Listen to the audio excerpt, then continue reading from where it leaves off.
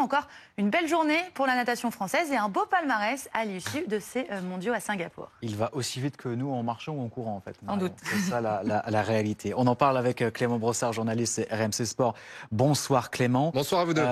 C'est assez impressionnant et pourtant, ce matin, on s'est dit on va pas l'avoir. Exactement.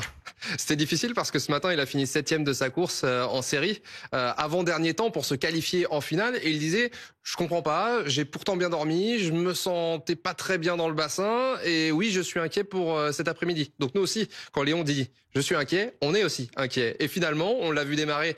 Donc c'était pas à son avantage, parce qu'il a démarré en première ligne d'eau, totalement excentré. C'est vraiment pas la bonne position pour faire un des meilleurs temps. Eh bien, il est là et il répond aux attentes. Il claque encore un chrono monstrueux puisque c'est le 4e chrono de sa carrière. C'est le 5e chrono de l'histoire sur cette discipline-là. 4 minutes 04 secondes et 73 centièmes. Incroyable. 7e titre mondial. Il dépasse tout simplement les Jan Torp ou les Adam Peaty qui sont des références en la matière.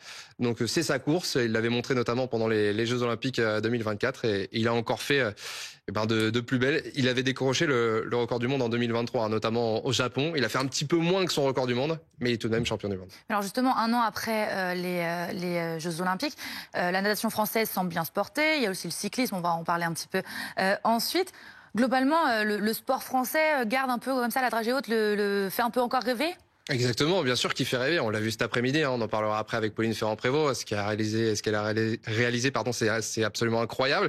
Et puis, on a des personnes qui nous ont fait vibrer l'été dernier pendant les Jeux Olympiques, que le public français a découvert aussi parfois. Je pense à Gaba, le judoka, qui a été notamment champion du monde pour la toute première fois cette année après les Jeux Olympiques.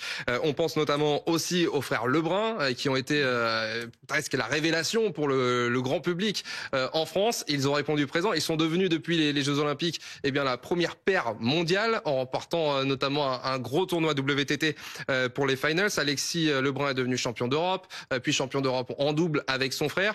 Et puis vous avez Cassandre Beaugrand aussi qui avait été en or, souvenez-vous, lors du triathlon l'été dernier. Elle est devenue championne du monde également. Donc tous se portent vraiment bien. Aurélie Aubert qui avait ému la France entière en devenant championne paralympique de boccia, même elle aussi, ça fonctionne puisqu'elle a été cette année championne d'Europe de boccia. On est en ligne avec Boris Radoschik qui gère l'image de plusieurs sportifs de haut niveau pour l'agence Bros. Bonsoir monsieur, merci d'être avec nous en direct sur BFM TV. Léon Bonsoir. Marchand, il gagne, mais on a l'impression que Léon Marchand maintenant, il incarne quelque chose. Il incarne une sorte de panache à la française parce qu'en plus il donne très peu d'interviews, peut-être une, deux par an. C'est pas son truc d'ailleurs, il aime pas trop ça. C'est quoi sa force? L'image Marchand, c'est quoi aujourd'hui? Je pense que vous l'avez expliqué juste avant en présentant les derniers exploits de nos athlètes. Je pense qu'aujourd'hui, il incarne une certaine forme de rêve à la française pour ce que le sport peut incarner, en tout cas, dans des histoires un peu plus globales où peut-être que les Français ont besoin aujourd'hui de pouvoir s'identifier à des formes de succès et de réussite. Et nos athlètes français portés par ce qui s'est passé l'année dernière, on voit qu'il y en a certains qui arrivent, qui continuent à gagner, à écrire l'histoire et à créer un lien émotionnel très fort avec les gens. Et je pense que c'est ça qui les différencie des autres. Qu'est-ce que ça a comme valeur justement de créer ces modèles? Est-ce que c'est quelque chose qui existe depuis longtemps aussi, de s'identifier comme ça à un nageur, à une cycliste par exemple? S'identifier aux sportifs, je pense que ça a toujours été un peu dans l'air du temps.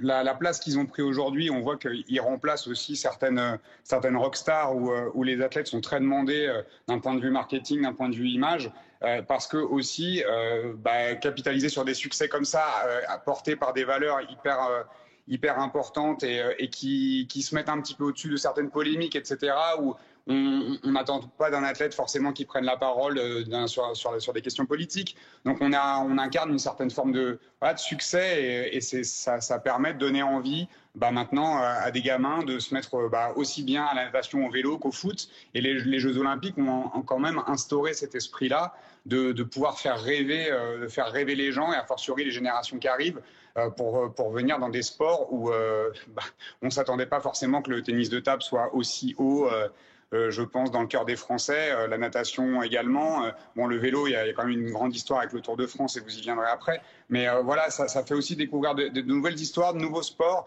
et peut-être, je l'espère, de nouvelles vocations. Bien sûr. Clément Brossard, juste pour rappeler la natation, la France fait 3e à Singapour, Oui. et derrière les États-Unis et l'Australie. On n'a pas assez parlé de Maxime Grousset, mais il faut qu'on parle, incroyable, mais il faut aussi qu'on parle de l'autre star de la soirée. C'est une femme, elle est française, c'est Pauline Ferrand-Prévot, qui s'est imposée au Tour de France féminin, et elle a encore gagné l'étape. Ouais. Ouais, c'est monstrueuse, franchement phénoménal. On l'a suivi cet après-midi, Pauline Ferrand-Prévot, qui avait été championne olympique en cross-country lors des Jeux Olympiques de Paris. Et ce qui est assez dingue, c'est que elle sort des Jeux Olympiques, elle signe avec l'équipe Visma Biselac et derrière Lisebeck, pardon, et derrière elle dit mais moi en 3 ans, je veux revenir sur route dans un premier temps. J'ai été championne du monde, mais dans 3 ans, je me donne 3 ans pour remporter le Tour de France. Elle a remporté le Tour de France dès sa première année, et avec une classe assez folle, c'est-à-dire qu'elle s'est emparée. Elle a toujours été bien classée depuis le début du Tour de France. Elle a fait top 4 à chaque fois, depuis le début. Et elle arrive avec plus de 2 minutes d'avance et un maillot jaune sur les épaules sur la dernière étape qu'elle a géré de la meilleure des façons. Elle a attaqué cet après-midi à 6 km de l'arrivée à Châtel. Elle a déposé tout le monde et derrière, sous les yeux de ses parents, on a vu les larmes de ses parents notamment, eh bien, elle devient la première Française depuis 36 ans et Jeannie Longo a remporté un Tour de France. Et il fallait aussi remonter à Bernard Hinault, donc qui avait remporté le Tour de France en 85 il y a 40 ans de cela. Et c'est surtout qu'elle signe un doublé, quoi. Elle signe un doublé entre le Paris-Roubaix et le Tour de France. C'est absolument dingue ce qu'elle a fait, Pauline Ferrand. Et pour réagir à cette belle victoire, qui d'autre qu'une légende du cyclisme, Jeannie Longo, qui est au téléphone avec nous, ancienne cycliste, championne olympique, triple vainqueur du Tour de France. Une réaction peut-être, là c'est tombé il y a quelques minutes, votre réaction sur cette victoire de Pauline Ferrand-Prévot? Bonsoir à tous. Moi je suis sur place là, il y a de l'ambiance, c'est super, hein. Elle a vraiment bien manœuvré, elle s'est entraînée comme il fallait. En effet, elle a dit je vais mettre 3 ans, mais je pense qu'elle avait décidé cette année de gagner. Et elle a tout fait elle a fait vraiment ce qu'il fallait, c'est-à-dire qu'elle a perdu du poids et elle s'est entraînée en montagne pendant plusieurs semaines. Jeannie Longo, vous avez le plus gros palmarès du cyclisme en France, l'un des plus gros palmarès du sport français tout court.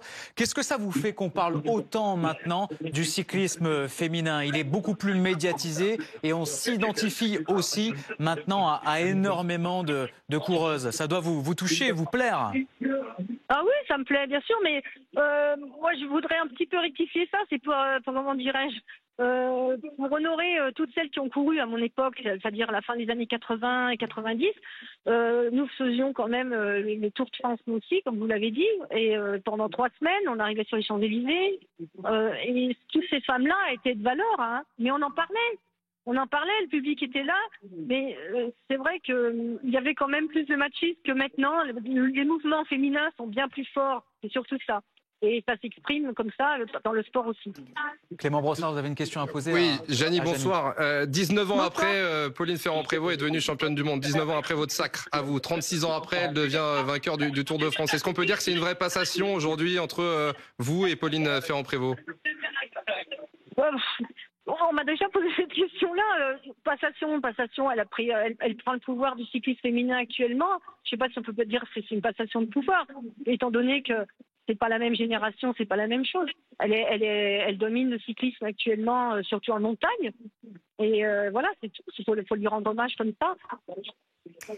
Merci beaucoup Jeannie Longo d'avoir été avec nous. Merci Clément. Merci également pour célébrer ces belles victoires françaises.